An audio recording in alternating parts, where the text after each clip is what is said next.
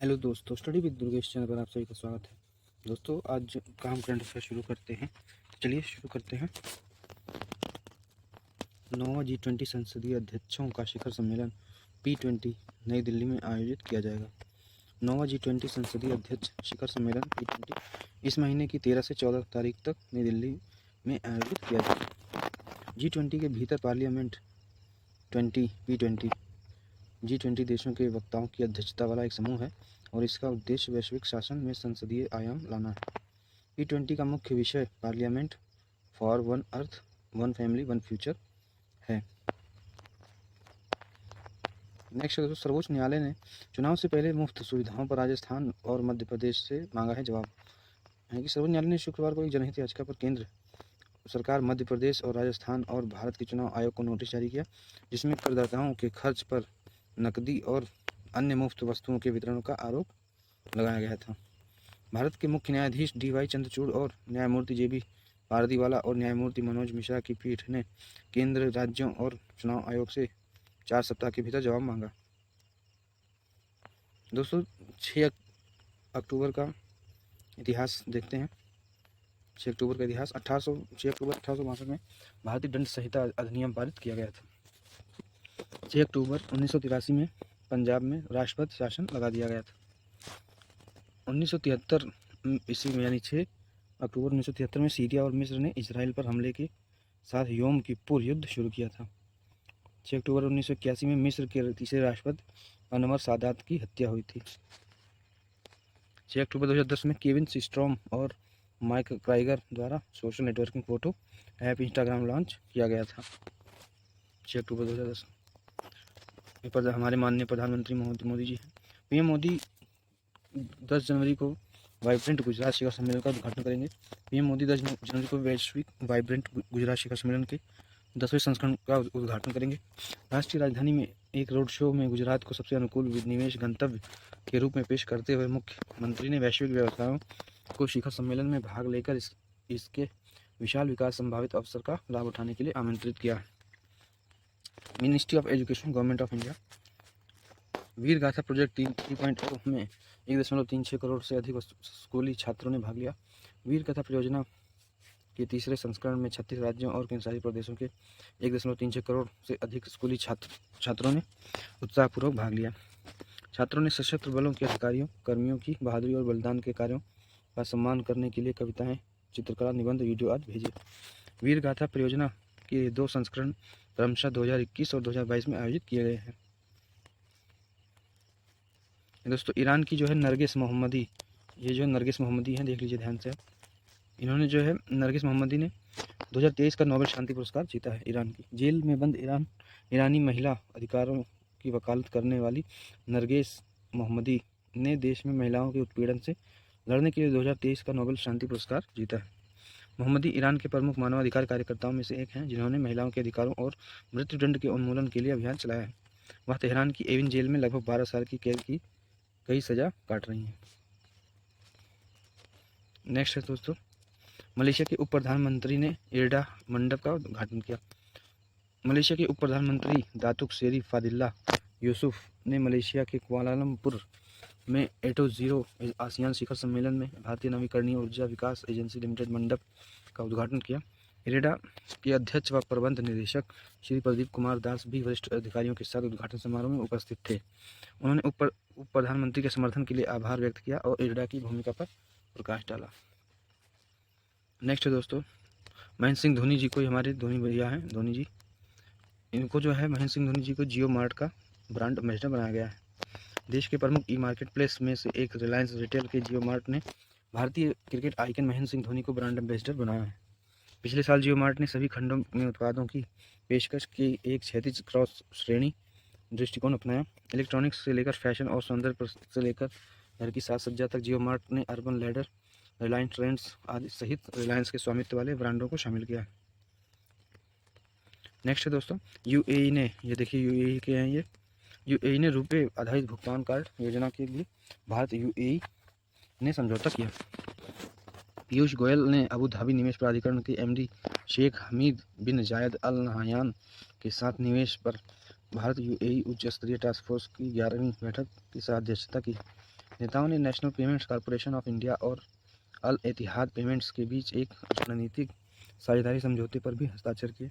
दोनों नेताओं ने दोनों देशों की कंपनियों द्वारा मौजूद द्विपक्षीय निवेश की समीक्षा की। दोस्तों है होम्स। गुरुवार को जो है सीरिया के होम्स में एक सैन्य अकादमी पर हथियारबंद ड्रोन बमबारी से हुए हमले में कम से कम 100 लोग मारे गए हैं। ये होम्स शहर है सीरिया का एक, यहाँ पे जो है हमला हुआ है, ड्रोन से उड़ाया गया है, 100 लोग कम से कम मारे गए। होम्स जो है पश्चिमी सीरिया का एक शहर है।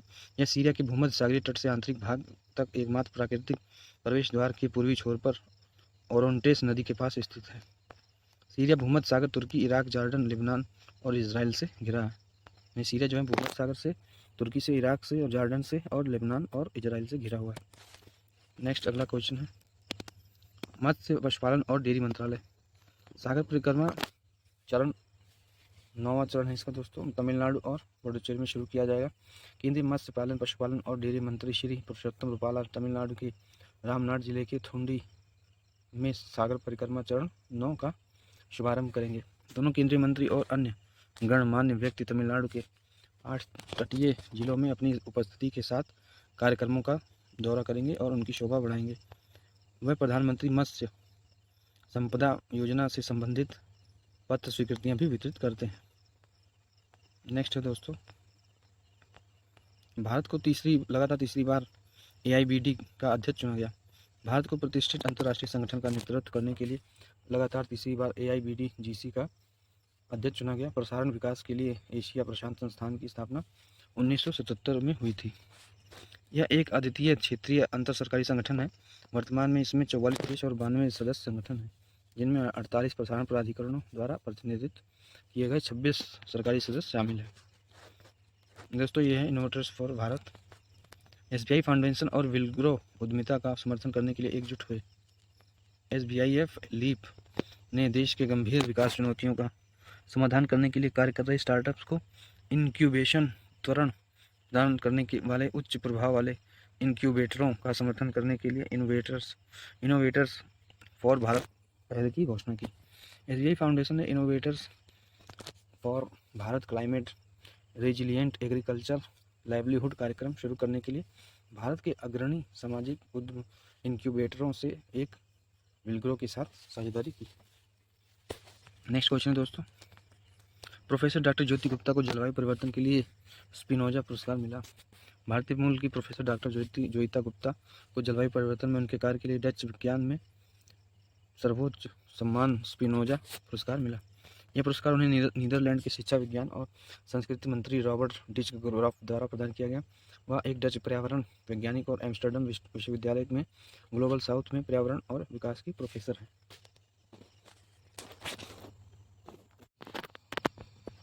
अगला दोस्तों, अमित शाह ने नई दिल्ली में वामपंथी उग्रवाद पर समीक्षा बैठक की अध्यक्षता की। केंद्रीय गृह मंत्री अमित शाह ने नई दिल्ली में वामपंथी उग्रवाद पर एक समीक्षा बैठक की अध्यक्षता की। बैठक में केंद्रीय मंत्री नित्यानंद राय, अश्विनी चौबे, अर्जुन मुंडा और देवू सिंह चौहान के साथ साथ राष्ट्रीय सुरक्षा सलाहकार अजीत डोभाल सहित अन्य लोग शामिल हुए। दिन भर चली बैठक में वामपंथी उग्रवाद प्रभावित राज्यों के मुख्यमंत्री ने भी हिस्सा लिया।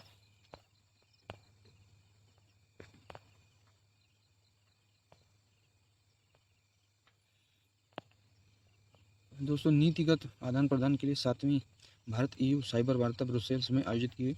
7वीं भारत EU यानी यूरोपियन यूनियन साइबर वार्ता ब्रुसेल्स में आयोजित की गई भारत और यूरोपीय संघ के बीच रणनीतिक साझेदारी के संदर्भ में है। दोनों पक्षों ने जो है साइबर संवाद तंत्र की सराहना की, क्योंकि यह साइबर स्पेस से संबंधित विभिन्न मुद्दों पर चर्चा करने के लिए एक मंच प्रदान करता है। दोनों पक्षों ने जो है साइबर नीतियों, रणनीतियों और आपसी हित के क्षेत्रों पर विचार का आदान प्रदान किया है। ये दोस्तों टनल है सेला सुरंग, दुनिया की सबसे लंबी बाई लेन सुरंग पूरी होने के करीब। ये जो है सेला सुरंग, इसका नाम है, दुनिया की बाई लेन सुरंग है जो तैयार होने की कगार पर करीब है। सीमा सड़क संगठन ने अरुणाचल प्रदेश में रणनीतिक रूप से महत्वपूर्ण सेला सुरंग का 90% निर्माण कार्य पूरा कर लिया है। एक बार पूरा होने पर सेला सुरंग दुनिया को 13,000 फीट से अधिक ऊंचाई पर सबसे लंबी 2 लेन है इसमें सुरंग प्रदान करेगी। सेला टनल की आधारशिला 9 फरवरी 2019 को प्रधानमंत्री मोदी ने रखी थी। वर्ल्ड सेंट्रल, ये देखते हैं प्लास्टिक डे 6 अक्टूबर विश्व सेरेब्रल पाल्सी दिवस है दोस्तों। प्लास्टिक नहीं, इस टाइम प्रिंट हुआ था। यह दिन सेरेब्रल पाल्सी वाले लोगों के लिए बढ़ती जागरूकता, समझ और समर्थन की आवश्यकता पर प्रकाश डालता है। सेरेब्रल पाल्सी से प्रभावित बच्चों और वयस्कों को अक्सर ऐसी चुनौतियों का सामना करना पड़ता है जो समाज में उनकी पूर्ण भागीदारी में बाधा डालती है। 2023 में विश्व सेरेब्रल पाल्सी दिवस का विषय टुगेदर स्ट्रॉन्गर है। यह विषय एकता, सहयोग और आपसी समर्थन के महत्व पर प्रकाश डालता है। फिर दोस्तों 54 ईसी बॉन्ड्स मोबाइल ऐप, इसके बारे में जानते हैं आप। रैक ने 54 ईसी बॉन्ड निवेशकों के लिए एक मोबाइल ऐप सुगम रैक लॉन्च किया है। विद्युत मंत्रालय के अधीन महाराष्ट्र केंद्रीय सार्वजनिक क्षेत्र उद्यम रैक लिमिटेड ने रैक के 54 ईसी पूंजीगत लाभ कर छूट बॉन्ड और वर्तमान और भविष्य के निवेशकों के लिए विशेष रूप से एक मोबाइल एप्लीकेशन लॉन्च किया है। सुगम रैक का नाम यह मोबाइल ऐप निवेशकों के रैक 54 ईसी बॉन्ड में उनके निवेश का पूरा विवरण प्रदान करेगा। नेक्स्ट है दोस्तों, आरबीआई ने रेपो रेट को 6.5% पर अपरिवर्तित रखा है। आरबीआई गवर्नर शक्तिकांत दास ने वित्त वर्ष 2023-24 के लिए द्विमासिक मौद्रिक नीति की घोषणा की। केंद्रीय बैंक ने यथास्थिति बरकरार रखी और रेपो रेट को 6.5% पर स्थिर रखा। यह चौथी बार है जब आरबीआई ने रेपो रेट में कोई बदलाव नहीं किया। दास की घोषणा आरबीआई के 6 सदस्यीय मौद्रिक नीति समिति एमपीसी की बैठक के बाद आई। नेक्स्ट है दोस्तों, श्री अर्जुन मुंडा झारखंड के जमशेदपुर में आदि महोत्सव का उद्घाटन करेंगे। केंद्रीय जनजातीय मामलों के मंत्री श्री अर्जुन मुंडा झारखंड के जमशेदपुर में राष्ट्रीय जनजातीय महोत्सव आदि संगठन महोत्सव का उद्घाटन करेंगे। इस मेगा कार्यक्रम का आयोजन जनजातीय कार्य मंत्रालय के ट्राइबल और cooperative marketing development federation of India limited द्वारा किया जा रहा है। इस महोत्सव में जनजातीय मामलों के केंद्रीय राज्य मंत्रियों की भी गरिमामयी उपस्थिति होगी। यह दोस्तों सोनम मलिक ने महिलाओं की फ्री स्टाइल में जो है 72 किलोग्राम वर्ग में कांस्य पदक जीता। ये देखिए सोनम जी हैं, ये सोनम मलिक जी, इन्होंने जो है 62 किलोग्राम में कांस्य पदक जीता। भारतीय पहलवान सोनम मलिक ने 19वें एशियाई खेलों में महिलाओं की फ्री स्टाइल 62 किलोग्राम वर्ग में चीन की लोंग जिया को उससे कांस्य पदक जीता। 21 वर्षीय भारतीय ने पोडियम फिनिश का दावा करने के लिए लोंग जिया को 7-5 से 1 अंक से हरा दिया। सोनम के कांस्य पदक से हांगझू में अब तक भारत के पदकों की संख्या 91 हो गई है। भारत के पुरुष अंदाजी रिकर्व टीम ने ऐतिहासिक रजत पदक जीता। अतानु दास, धीरज बोमदेवरा और तुषार शेलके की भारतीय पुरुष रिकर्व टीम ने 19वें एशियाई खेलों में कोरिया के खिलाफ 1-5 से हार के बाद फाइनल में रजत पदक से संतोष करना पड़ा। भारतीय तिकड़ी स्वर्ण पदक मैच में ली वुसोक, ओ जिनहोक और किम जे डेयोक की कोरियाई टीम से 1-5 से हार गई। एशिया में रिकर्व टीम स्पर्धा में यह भारत का पहला रजत पदक है। ये क्वेश्चन तो हो गया दोस्तों।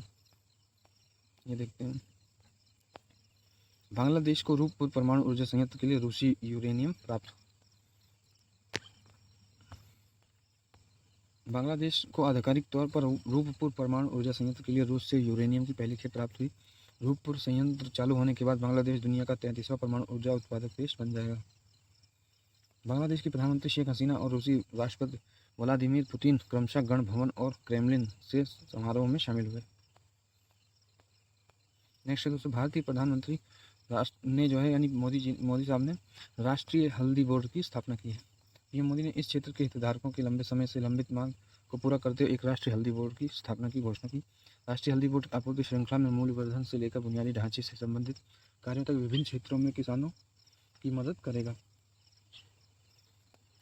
ये दोस्तों, भारत लगभग 1.1 मिलियन टन हल्दी का उत्पादन करता है, जो वैश्विक उत्पादन का 80% है। मुख्यमंत्री श्री कॉर्नोड संगमा ने सीआरपीएफ महिला बाइक अभियान को हरी झंडी दिखाई। मुख्यमंत्री श्री कॉर्नोड ने संगमा ने जो है शिलोंग से सीआरपीएफ महिला बाइक अभियान यशस्विनी को हरी झंडी दिखाई। महिला एवं बाल विकास मंत्रालय के सहयोग से सीआरपीएफ देश में नारी शक्ति का जश्न मनाने के लिए इस बाइक रैली का आयोजन कर रही है। सीएम ने ऐतिहासिक महिला आरक्षण विधेयक पारित करने के लिए पीएम और सरकार को धन्यवाद और बधाई भी दी। नेक्स्ट है दोस्तों, हमारे नॉर्वेजियन के लेखक जॉन फॉसे ने साहित्य में नोबेल पुरस्कार जीता। नॉर्वेजियन लेखक जॉन फॉसे ने साहित्य में नोबेल पुरस्कार जीता। नॉर्वेजियन लेखक और नाटककार जॉन फॉसे को वर्ष 2023 के लिए साहित्य के नोबेल पुरस्कार से सम्मानित किया गया। फॉसे को उनके नवोन्वेषी नाटकों और गद्य के लिए नोबेल पुरस्कार से सम्मानित किया गया, जो अनकही को आवाज देते हैं। अकादमी ने फॉसे के नॉर्वेजियन नाइक नॉर्स में लिखे गए कार्यों को सम्मानित किया, जिसमें कई नाटक, उपन्यास, कविता संग्रह, निबंध, बच्चों की किताबें और अनुवाद शामिल हैं। नेक्स्ट दोस्तों, भारत की महिला टीम ने सेपक टाकरा में ऐतिहासिक कांस्य पदक जीता। भारत की महिला टीम ने पोडियम पर स्थान हासिल करने के लिए अदम्य भावना दिखाई और रेगो सेमीफाइनल में थाईलैंड के खिलाफ हारने के बाद सेप टाकरा में अपना पहला कांस्य पदक जीता। भारत ऐतिहासिक कांस्य पदक के साथ स्वदेश लौटेगा, क्योंकि महिला वर्ग में रेगू में यह उसका पहला पदक है। यह कांस्य पदक भारत की पदक तालिका को 89 पदकों तक ले जाता है, जिससे पदक तालिका में उसका 14 स्थान मजबूत हो गया है। इससे पहले भी जो अपन ने पढ़ा था दोस्तों, उसमें जो है 91 पदक हो गए थे, और लास्ट तक मैं देखा हूँ जो न्यूज़, उसमें लगभग बता रहे थे कि 95 पदक भारत के हो गए हैं। तो दोस्तों, ये हमारा वीडियो करंट अफेयर, इसमें जो है आपको कैसा लगा जरूर बताएं। वीडियो को लाइक करें, चैनल को सब्सक्राइब करें, कमेंट करें, शेयर करें। जय हिंद, जय भारत, धन्यवाद।